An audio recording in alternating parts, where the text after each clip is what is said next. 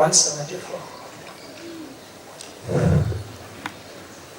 Uphakama ulithili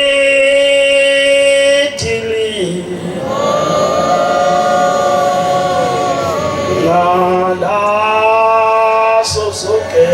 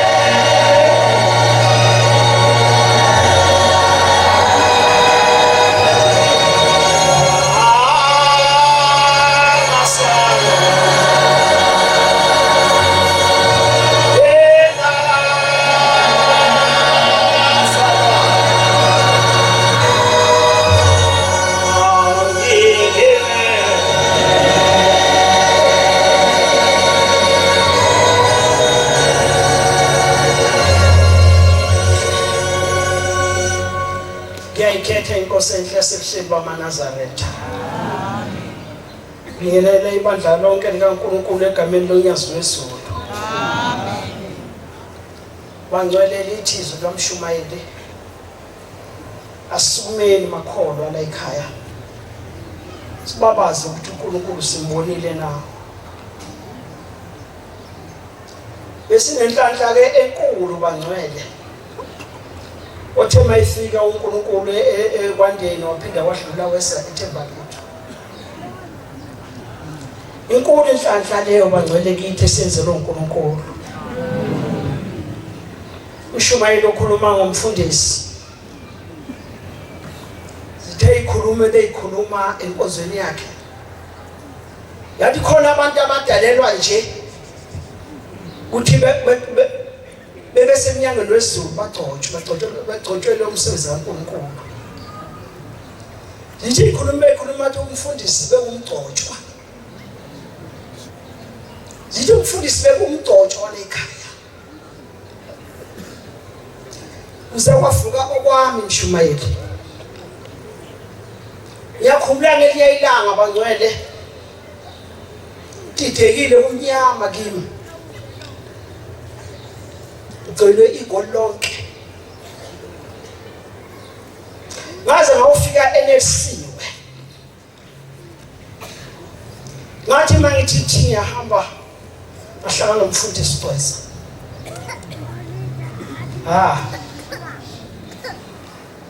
Wayesenza leso smiling sakhe. Wasesebona umkhokheli momncwane ngathi bamfundisi. wathi mntana ngobona ungajabulanga ngathi bamfundisi wathi baba ngathi baba mfunke uNkulunkulu ngobikela uNkulunkulu ukuthi ngiyahlupheka eGoli ngathi ngiyahlupheka eGoli akukho lapho ngizokhala khona ngaphandle kaNkulunkulu wayesathi uFrisk wazawonsa mkhokheli wasendosa ngengalo ngahamba naye waze ufika kumfundisi umtshado wathi umfundisi umtshado wathi nawo mkhokheli uyakhala wathi kumsebenzi wakho lokho umfundisi umtshado uthi umsize umkhokheli mamncane umthathu umsenkosini iyabafuka lokho umshumayeli mase ngizwa into ezimhlungu into umfundisi wangisiza ngelanga wangithatha ngibeka umfundisi umtshado wathi umkhokheli hlala la ngizokulanda ngithamba baba meyisevala wonke umsebenzi wakhe esingakulanda ngempela umfundisi umtshado wezinjalo ula ngathi mafika phambi kaNkulunkulu wathi mkhokheli ugibela kangaki uye esandaleso ugibela kangaki uye esandaleso ngathi masachaba ngamaqhinga ami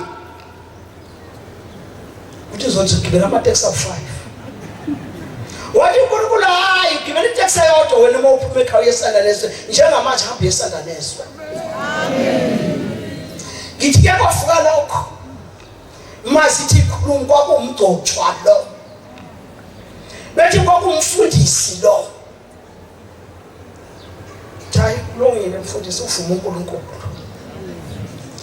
banqale uthi umshumayeli asikhulume ngendaba enkulu kade isehleli izolo namanje banqale kusajabula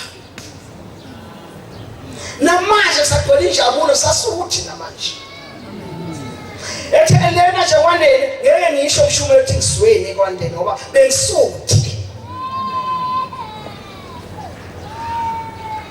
bantwana basezulwini uNkulunkulu ade phakathi kwethu sona yona nje manje besigiya ngayo umshumayeli 14 sona sibabaza uNkulunkulu ngendlela esithanda ngayo singabantwana balayisana leso endlela esithanda ngayo singabantwana balayiGauteng ngoba uNkulunkulu uthanda wonke umuntu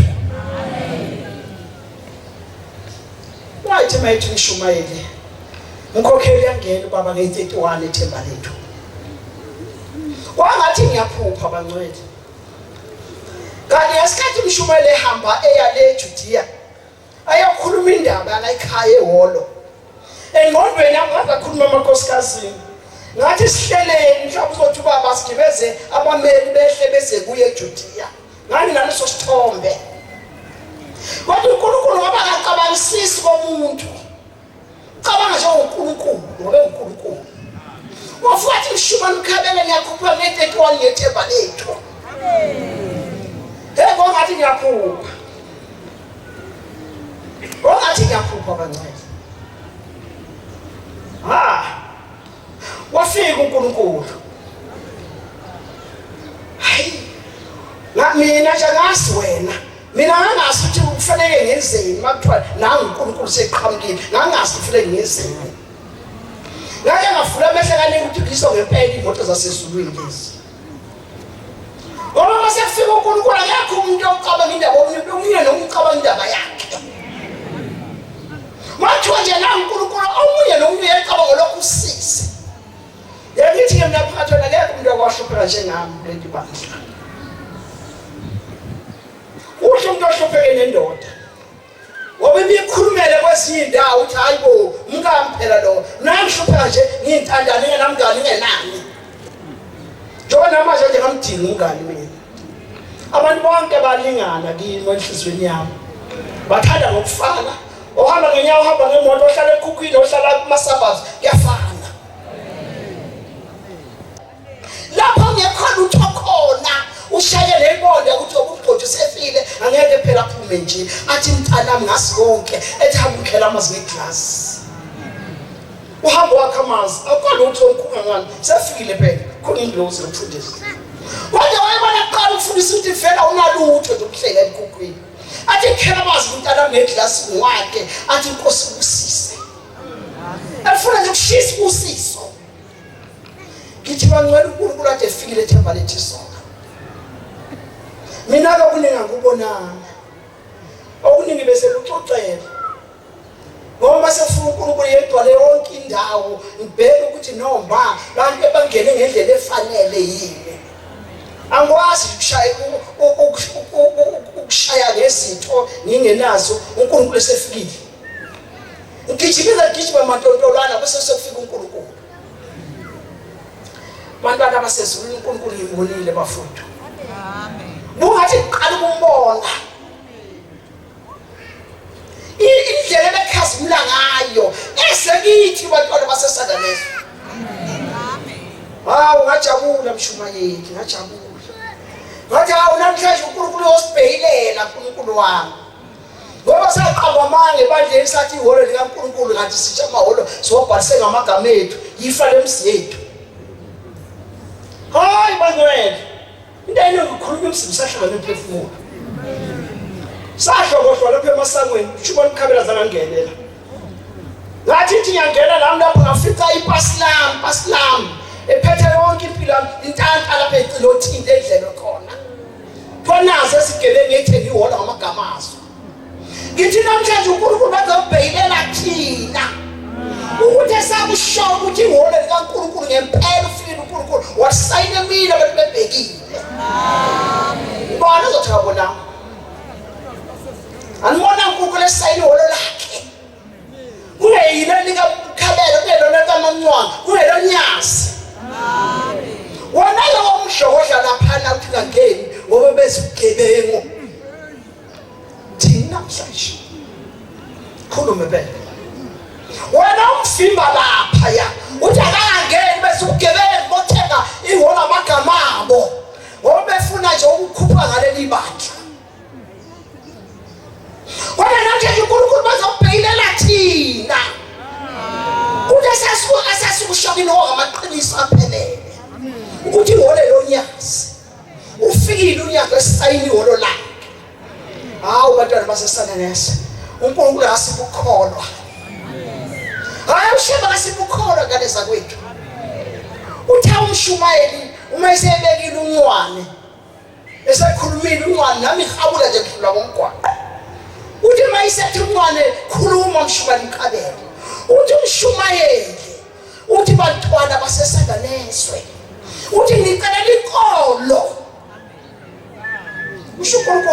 ushubeni angaNkulunkulu uthi abantwana basesandaneswe babo owathi aguqe phambi kwabo ngibacelela inkolo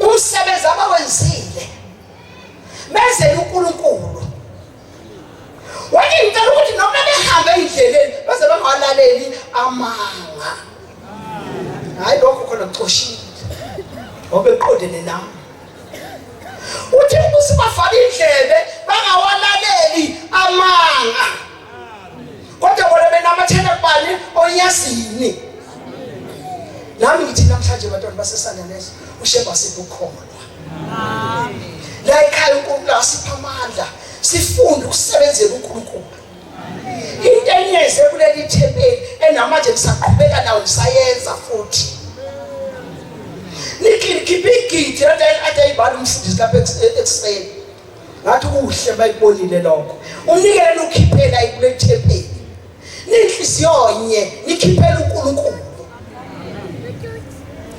hawu uNkulunkulu asikhumbule sonke bese sipha isibusiso hayi uzethulile ibusiso uzokuba kayi4 ezethulile ibusiso hayi phela noma bekungijampo kunye kodwa umanyule usile kodwa umshume mfana ngipha lento le efaka ngapha efaka TV bathi yini DVD ihamba iDVD ufaka ngapha bese kwenzeka izinto unikile umanyule wathi namshuba unikile wathi uyazi vele ukuthi besikabone emahlweni namahlebe engasebenzi ngoba bekukhona uNkulunkulu kodwa thema sehlezi kwasibiya ngase ngifaka ngase awu kanti bekuyishethe balethu hawu bantwana basesadelithi ingane zakwethu bafowethu kodwa donke ingane zethu siyabonga umsebenzi wenzethe balethu niyakhathali ngoba nikwazethemba lethu anenzele umkhokheli anenzele umshumayeli kodwa umuntu nomuntu ulungisane yena yedwa lawo ndlela bengekho kushumkakho obengekho kushumnyeni wakho yabengekho kushingane yakho yobuwedwa nje yiyo ke indlela esiyiqentayo ngithi bantwana basesanelesi isebenzile bafowethu kodwa okuhle uNkulunkulu ikhiphe zonke ibusiswa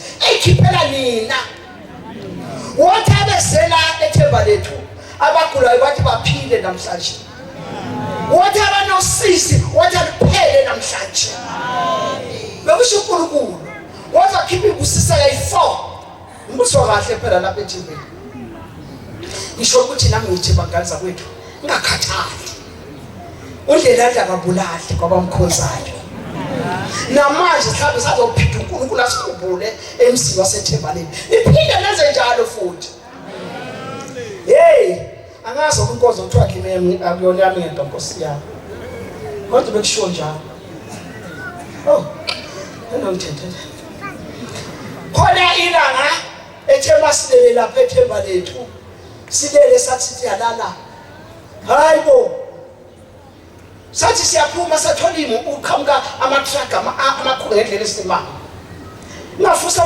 masithola nalala inkosi ibona ithi liyabhubha phandle uba usezongena ebusuku nangebredo of ama-truck uma sithi siyaphuma mshuma yethu ama-truck alayisha inkomo ngithi masithole yini le uthi ena izinkomo uthi masithola uyayazi indlovu uthi awuzathi kufanele wasemsini indlovu zathi mina ngibuya le ehlohluwe emtuba ngiyalazi ihlilo kuzani isiqinu neindlovu nelwa ngiyazazi ayikho inkomela abangaka lezi inkomo bengiqala ubona inkomo engaka bengiqala ubona inkomo ezingaka ya hayi hle nithenga bafowethu kodwa hayi lesiya hayi lebebeka zekhethelo lesiya isihamba nembuzi zakhona eyisathi hawu ingathi nangethemba lethu ngaphinde futhi kusezona lezengakani zifike phakathi neviki befike bonke abantu beyibone beyabona ikhumba bebone zona uqobo hawu bantwana basesana neso ngibonga ngiphezi ngani zakwethu ngiswele wona amandla uthi nganezelani zenibona ukuthi ngempela la ngaphathi kwami kujabule kangakanani ngomsebenzi enwenzile ethemba lethu okufudumeza uNkulunkulu ushebe ubona ukuthi injabulo ibhalwe emehlweni Nkosi yami enguhle uNkulunkulu wethu ngomsebenzi benwenzile abantu yona nje mshimeleke ngibheke eqala uma kuthi uNkulunkulu yes ngibuye umgwaqo yonke uNkulunkulu angafika kodwa bona abantu bazosayina uNkulunkulu wami ngithi kodwa bona abantu bazosayina kodwa kodwa kwathi bathola uNkulunkulu engena abantu ongathi baqhubuka phansi angibaza ukuthi abangaka yani kodwa abantwana basesanele sidingana zakwethu enikwenze ithemba lethu uNkulunkulu angazi ukuthi ngathini kodwa nje ngithi ngidlulisa ukubonga kini lonke elikwenzile uNkulunkulu athi samazwi amen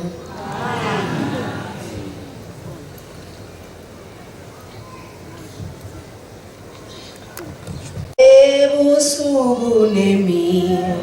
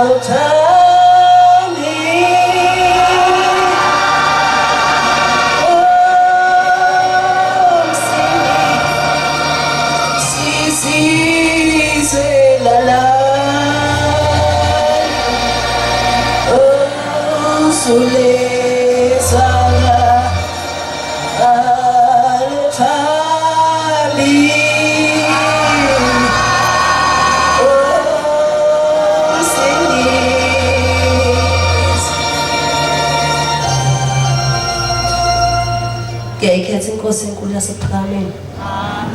Siyabonga ithuba bekukuhle nje umama besethi umama uzosala sesiqedelela aqhubeke naye inkonzo ngoba njengoba besile impela indaba zasezulwini zinzima kulula ukuyigcina kuningi okushiwoyo kodwa ngathi ikhwama zethu zibuye zivuze kepha siyacela ukuthi uNkulunkulu asikhumbule ngelinye ilanga.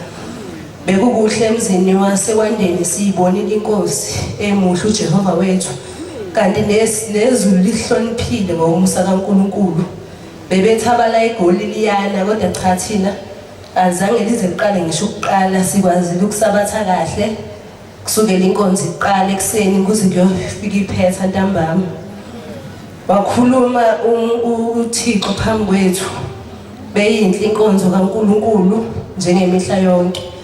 Yithina esihlulwa ukwenza kodwa ukhumbuzile ngezinto eziningi uNkulunkulu wakhumbuza nangendaba yokuthi kwangelula ukuthi abantu basendaweni yasekwandeni bathola umhlangano kepha ngomusa kaNkulunkulu bagcina bewuthola. Amen. Waphinde wasikhumbuza uNkulunkulu ukuthi imithetho eminingi nje ayikhumbuzileyo yalibandla. Wasikhumbuza ukuthi umuntu mangabe wabuza ukuthi umuntu mangabe ebhajadiswa ezalwe ekhaya ingane yomfana ubhajadiswa ngasiphi isibongo. Bathi abafundisi ubhajadiswa ngesibongo sabo saseKhabonini. Wabuza futhi ukuthi seqaleni wayeseyakhumbuzisa ukuthi kubalekile ukuthi umuntu angasilahli isibongo saseKhaboma wakhe ngoba idlozi ekuyilona elimmelayo umuntu idlozi laseKhabonini.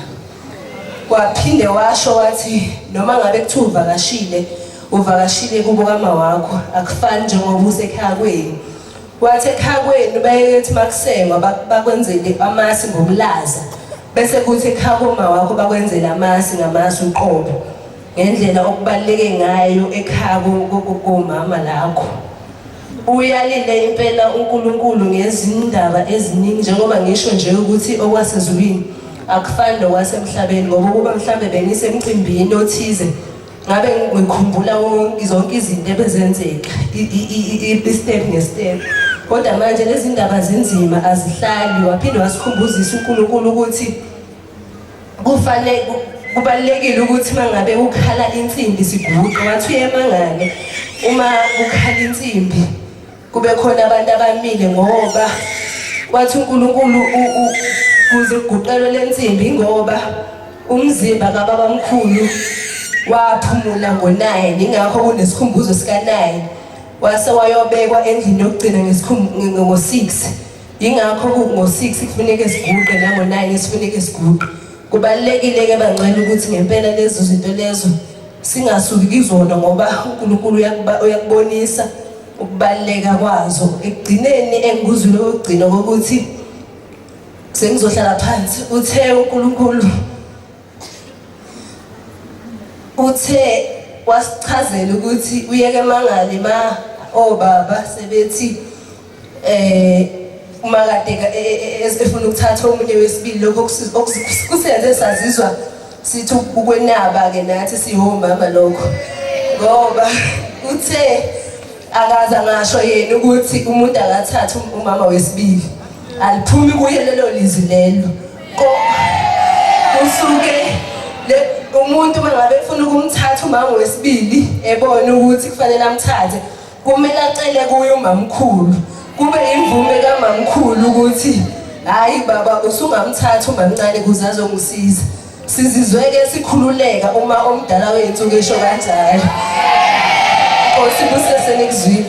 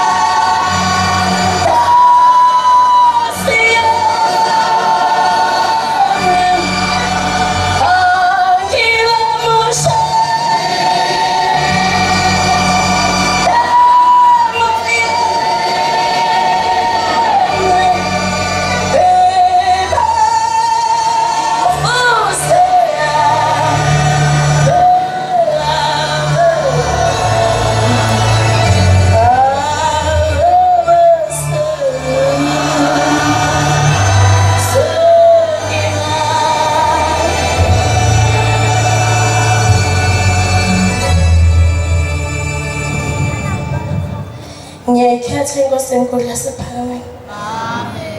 Bese sinethemba masibona umama umkhokheli eyidonseza nayo awaseshiya phakathi ukuthi sizibonele ukuthi siphuma kanjani. Bangcwele basezulwini akulula njobe eshuza kwethu ukuthi ukube besisemcimbini ngabe sikhumbula ukusuka nokuhlala komcimbi ukuthi uqale phezwayo phelaphi. Kodwa ngoba basezulwini kumanje asazi ukuthi kufanele siqale sithini.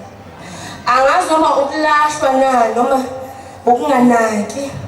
Kodwa siyacela kuJehova wethu ukuthi mase sesisesaphuma saya kuyena singabuyi phela singaphethe lutho. Ngoba ngempela abasuke bengakhunjulwanga ngaleso sikhathi basuke benalelo themba ukuthi bakhona baphumile ethempeleni sebeyofike besixoxela ukuthi ushendo utheni.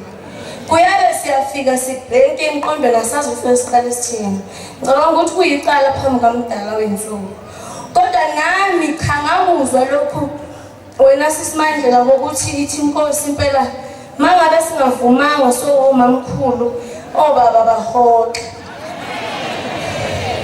Bathi igunya kumele liphume kuthini. Akusho thina kusho inkosi yesiZulu umhlaba. Bangcwele basezulwini kukhulunyiwe kakhulu lapha besikhona futhi bekumnandi ngendlela eyisimanga ngoba nemvula yasekwandeni lehlezi bakhona cha ayizange bakhona. Siyacela ukuthi uNkulunkulu asithethelele ngezikhwama ezivuza kodwa sicela sithungele yena. Izikhwama zenhliziyo ukuthi singabuyi singaphethe lutho sizona uphoxa sizona ihlazo. Bangcwele basezulwini kodwa nyenyizwe makhulunywa ngomngane ukuthi umngane akafuneki. Kukhona nami la ngivumelana khona ngokuthi umngane akafuneki ngoba bakhona abangane abasisesweni. Kodwa mangabe umdala unomqondo angiboni ukuthi khona umngane ongahudula ukufaka esweni. Bangcwele basezulwini kibo lobo mngane khona umngane obuhle, umngane okwazi ukudonsela kuThixo. Akubuza umngane ukuthi uhlele njengoba inkosiza, uhlele njengoba kiyo endaweni ethile, uthi uyabamba ethi asamba. Ngiyakuthanda umngane makufika lapho. Ukuze ngoba ezinye indawo ezinoThixo sizazi ngenxa yokungana. Kodwa laphana bangcwele basezulwini besingayanga ukuya ngokuthi sihambise ubungane kodwa besiyocela ithemba besiyobuyisa ithemba lale nkosikazi engiyikhumbula ngesikhathi sababinyanga yezulu eyayinethemba ithembela kuThixo kuphela. Ngoba siyathanda ukuthi sengathi singatshelana sikhumbuzane nangabo umngane ukuthi mngane wami kodwa ithemba lethu akoba unyazo lwezulu kuphela. Singabi nethemba eliseceleni, singabambi sixhake, sibambe ngapha nangapha. Kodwa sikhumbuzane nomngane wami ukuthi manje sekuyisikhathi sokuthi umthandazo ka6 sikhumbuzane sibabangane babambisene ngenkolo. Bangcwele basezulwini ngikhumbula nomama owayenethemba kakhulu ethembela kuThixo, ethembela kuJehova wakhe. Kwathi ngelinye ilanga kwakunenyanga kulelo lizwe eyayidumile ukuthi mayisimkhombile untombazane ozomgana nakanjani aphunyuke. Kodwa kwafika kulo mama owayethanda uThixo ethemba ushembe othemba lakhe lonke wayelibeke kuJehova. Lingancikile ithemba futhi ithemba lakhe lingeke enyangeni. Ngoba sifike sithi siyakholwa kuthi ngesonto ekseni sihamba futhi siyoguqa kwabathile. Ngoba basangibona bangcwele abasekho eduze kwami. Kodwa sengathi singakhuzana ngiyakhumbula inkosi ikhuluma ngikhuluma bekusentabazwe ithi kusiza ngoba nalabantu engihamba kubo baza kimi ngizothatha amandla. Kodwa thina simshiya ekhona sihambe sothatha amandla kwezinye indawo. Bangcwele basezulwini yathi le nkosikazi iwasha nomntanayo emfuleni wenkosazane kwangasintombazane lena engikhuluma ngabo kuyinkosazane. Yayisidlula lenyanga yayidumizwe lonke yayisithi lona yambuka lo ntombazane owayewasha nomama wakhe emfuleni yayisithi lona kuzoba unkosikazi wami. Kwakwaziwa ukuthi lenyanga mayisimkhombile umuntu imkhombile uyathanda uthanda. Kodwa yathi ngempela mayifika ekhaya esithumela abantu bayo kwalo mama yesithi le ntombi engiyibonile izolo ngifuna izoqhakaza kulo muzi wakwaSibanibani ngiyazi ukuthi okwabani. Kodwa lo mama wakhala kakhulu nayo inkosazane engasuka iyogana inyanga. Eyami inkosazane ilindelwe inansuka. Njengoba sonke singabazali bamakhosazane sinethemba ukuthi ngelinye ilanga iy'ngane zethu ziyoqhakaza njengodadewethu abaphambi kwethu. Sinethemba futhi ezamakhosana ziyoqhakazisa imizi esihlala kuyo ngayo le mbali ehlaza eyinansuku. Wakhala lo mama wasethi kodwa baba uthini sehlelwa yini? Hayi Manazareta sengathi uNkulunkulu engapha obaba ngoba bayinsika zemizi kube yibona abanokholo olukhulu oludlula lwethu. Uma ngabe seqeguba bekhaya ngiyabona ngathi lokho kholo kuyafa. Sengathi ngawubaba ugijima neswebhu njalo ngokora 26 ekhumbuza ukuthi iyangena inkosi yantambama. Bangale basezulwini kodwa lo mama wayethebikela insika yomuzi wathi baba wathi nakho usehlela isehlo nangu usibanibani ethi ufuna unozibanibani ukuthi ayomgana. Wathi lo baba wathi masibanibani wathi angifuni nokukhuluma. Wathi lokho asekushilo kuvume ngeke nje ngize ngimelane naye ngoba kuyaziwa ukuthi into mase ishilo yenzeka ngendlela asho ngayo. Mina ngeke nje ngize ngimelane naliyana vuma nje unozibanibani ayogana. Ngikhuluma ngenhlasuthi eyayisilahlekelwe ithemba njengoba ngisho ukuthi besingayisanga umngani nokuthi siya ukuyobona nje umuzwa sekwandeni kodwa besiyothatha lelo themba lokuthi sibuye sinethemba ukuthi uJehova uNkulunkulu uThixo uthini. Bangale basezulwini wakhala lo mama wathi mina ngeke yami inkosazane iyogana inyanga ngamane ngife nokufa. Wathi mina nginoshembo ophilayo. Kodwa ubaba wayeselahlile ithemba utheme ethumela lo baba wenyanga ukuthi le nkosazane izogana kwakhe. Lo mama mayenqaba wayesethi ngicela ukuthi limtshele lo mama wakashemba ukuthi ngithiyalibambe lingashoni. Mayeke washo njalo lo baba ukuthi ulibambe lingashoni nolibamba lingashoni ngempela la lingashoni lashona nawe. Lo baba wayesethi mina unkosikazi wami angeke nje ngize ngimele. Wathatha ijazi lakho wathi angifuni ukubona into ezokwenzeka la ekhaya. Angifuni nokuyazi into ezokwenzeka la ekhaya. Wena sala ngoba unenkani. Kodwa lo baba inganayo inkani wayenenkolo. Bangale basezulwini wathi ngempela mabusa lo mama wahamba wayotheza ngoba kakhulu into yakhe kwakuyithemba azi futhi ukuthi ngoshembe wakhe ayikho into embi ezokwenzeka. Kuthe hambile lo mama bafika ngempela abantu benyanga sebezoqubula naye inkosazane. Inkosazane yenothixo. Yabase behamba naye kulomuzi wowela umfula.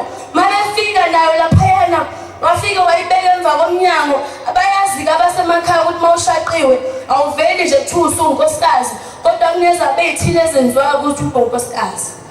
Wambeka emva komnyango wangamgayisa wahlala walinda wambeka ukuthi uzomenza unkosikazi ntambama. Uthe mebuya lo mama ukuthi izinkuni uyafika webaba uPhunozibanibani wathi wathi bengishilo ngathi ngeke ngize ngimele. Bafikile bamthatha mina ngithulile wema Sibanibani miyeke ngempela uSibanibani hambe ngoba sophela kulomuzi. Bangale basezulwini yathi le nkosikazi hayo wamntwana. Kodwa le nyanga yathi mayiqeda ukumbeka lapha emva komnyango yayisihambe yoguxunga umzimba emfuleni ngethemba phela lokuthi ntambama izoba ubaba kule nkosazana. Ithe isahambile lo mama wayehamba ngethemba lowabiza ushembe wakhe wawela lo mfula wathi mina yami ingane ngibuya nayo. Kodwa uthe mayiphuma lo baba nawe ephuma ngesango ngapha wathatha ijazi lakho libeka amahlombe wathi masibanibani kuphelile la ekhaya. Wathi angazi ukuthi ngiyobuya usekhona lona lo muzi kodwa mina ngiyahamba ngeke ngimele. Ngiyafisa ukuthi obaba babe izinsika eziqinile emzini esihlala kuyona. Bese nathi sibe imgogodla ephilayo thina ngoba thina simele ukufundisa abantwana bethu ukuyiphatha. Simele ukufundisa abantwana bethu inkolo kodwa obaba babe izinsika. Obaba kabe insika. Bangale basezulwini waphuma lo baba nejazi ngesangeke ngapha wayephuma umama yolanda ingane yakhe. Wathi mayefika ngempela akazange abuze lutho wathi ngoba wayephethe ushembe kuyena.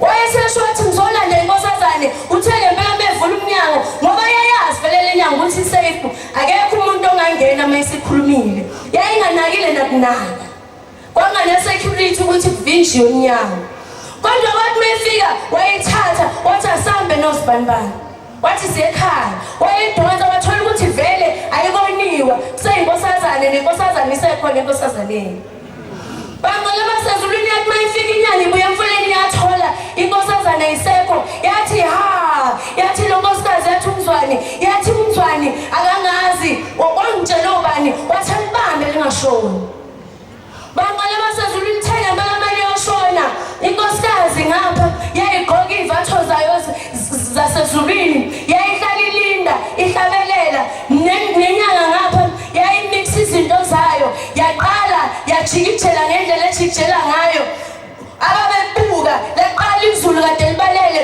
laguquka izulu laduma lashaya imbani ngoba vele usozokwenza adume ngakho kwasho ukuthi uqondene nengadlangadla sezulwini uThixo wethu unyazi lezulu ophilayo bangale basezulwini babebuka ngoba basebazi abantu omakhelwane ukuthi meke wathi ulibambe lingashoni ngempela liyoshona kwakulindiwe vele ukuthi awalithinta utalatiya lo mama ngabuthembeni so ke sibuke namhlanje ngempela bangale basezulwini lenyanga yayithi mayisenza into zayo sithake yathaka bese iphumele ngaphandle ebisiqala iphephetha ngendlela noma iphosa ngendlela ephosa ngayo kodwa yayithi mayiphosa ithola ukuthi iphosa edwaleni ngoba lo nkosikazi ngale wayebhize khuleka ebeka inkosazane yakhe la bekhuleka bebiza ushele bangale basezulwini lasha izulu ladubula kwakuyihlahla ngapha kulomuzi kwangenzeka lutho kodwa kulomuzi kwathi bangale maliqamba lidamba izulu nangu lo baba usehambe buza ukuthi kodwa nizweni ngasekhaya yini nje nizwile umuzi wami ngabe usaphila Nkosi yami ehambe ekhwaqa ngezihlahla ethi nizwe nje ngasekhaya kwenzakaleni ababenesibindi bathi unesibindi usabuza into esiyibone yenzeka ngakho ngeke sixoxele umuntu kwenzakaleni kwami waqala nawe wakhulula inhliziyo wakhulula ijazi wabuza ukuthi kwenzakaleni waseletho omxoxelayo wathi besibuka wathi qalile inyanga yaliphosa izulu kodwa ithema iliphosa bekunendoda ebigqoka ijazi elimhlophe nesigqoko esimnyama ebithi mangabe iliphosa inyanga izulu ibithatha yona inqaka iliphosa ngaphandle kuyisihlahla yaphinda futhi yaliphosa kwesibili lelizulu yaliphosa wanqaka lo mabagqoka isigqoko mephakathi nebala waliphosa ngaphandle kwawesinye isihlahla ngempela bathi ihlahla zayiphelile ngakulomuzi bangale ithi uthi lo mxoxela uthi wayiphinda futhi okwesithathu uthi wayeseliphosa wanqaka uthe mangabe ebona lo baba ukuthi yonke lento ayithembile ibuya ngayo akazi ukuthi uzokwenzelani wayesengena futhi endlini bambhekile kusho ukuthi wayothaka ezokugcina ngci induku wayesethaka okukhulu kakhulu manje wayesebuya bathi wathi mayiphosa kwesi4 lo baba kusho ukuthi wayesethukuthele walithatha waliphosa kuye kwambeka umgodi kulo lelisango wangena wabheka phezulu inyawo zabheka phezulu bangale basozilini lona themba ebese welilande kwandeni ukuthi noma sona kodwa siyazi ukuthi ushembe uThixo kuthina siyazi ukuthi ngoba usho noma uthandaza ukuthi Nkosi ngumoni kodwa futhi niyazi ukuthi akukho la ngiyophephela khona uwephela bangale basezulwini yafa kanjalo inyanga eyayiqhubuluza into engaqhubuluzwa utalatiya into ongayazi ukuthi ungayibiza ngani ushembe wethu ophila Nkosi usindizweni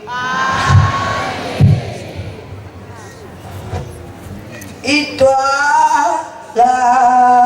elihle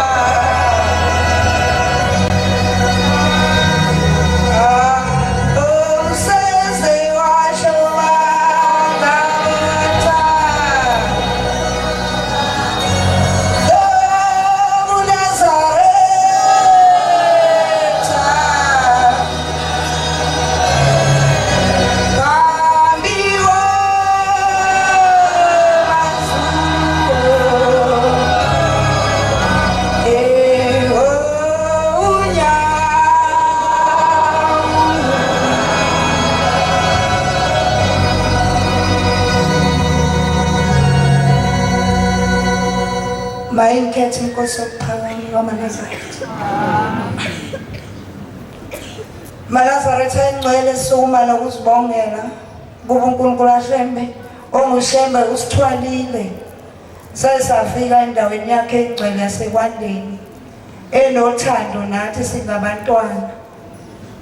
Belokhu ngibheka umama uNdlovukazi engabona ukuthi ayisisele sodwa namhlanje, kodwa siyazibongela singabantwana. uThixo emkhulu eluleka noma kade siphethwe ubuthongo, kodwa simzwile uNkulunkulu eluleka esitshela ukuthi njengoba size la size kuNkulunkulu, size nethemba sizothatha ibusiso. Siye sinethemba wathi konke sikufisayo sizokuthola, namanje sisenethemba lalokho. MaNazaretha engcwele uxwayisile lapha koBaba, wathi umuntu mangabe eyiphekula uhlala eyiphekula, pho abuyiselwani namaphekula ngoba azohlala ehlupha njalo. Ngizongena eNjumayeli ilanga. Ngelilanga abazali bethu bathi laluleka ilanga lathi thempelini akudliwa. Sizocela singomama konakele nami sengingenile kulo mkhuba. Thempelini akudliwa ngisho sweet. Kodwa siye sithathe sithi siqeda ukuthonga. uNkulunkulu ashemba akasiqedele nalokhu ukuthonga ngoba makuyisabathi makulesihlanu usheshe silale. Kodwa ngazothi ukuthonga ubusuke livelaphi. Thiwa lithi ilanga ngelilanga mangabe udle thempelini uyangenwa idimoni, leli dimoni alelapheki. Idimoni elingene kade udle ethempelini noma ngabe ufunza umntwana ethempelini alelapheki, futhi noma ulibikile alipheli. Ngicela uNkulunkulu kaShemba siphe ukuthi sizwe senze. MaNazaretha engcwele nami ngizocela ukuphathisa umphako. Siyahamba siye eKhenani, siye emzini oyingcwele ongaphezulu komngcwele entabeni, lapho siyothatha khona ibusiso nokuphila kwasemzini yethu nokuphila kwasemakhaya akithi. Ngicela uNkulunkulu kaShembe esiphe sifike senze okuyibona emzini waseKhenani. Ngingumntwana khona engakuboni kahle lapha kuthina bomama. Ngiphathisa umphako nabashumayeli nabakhokheli kanye namakhosazana.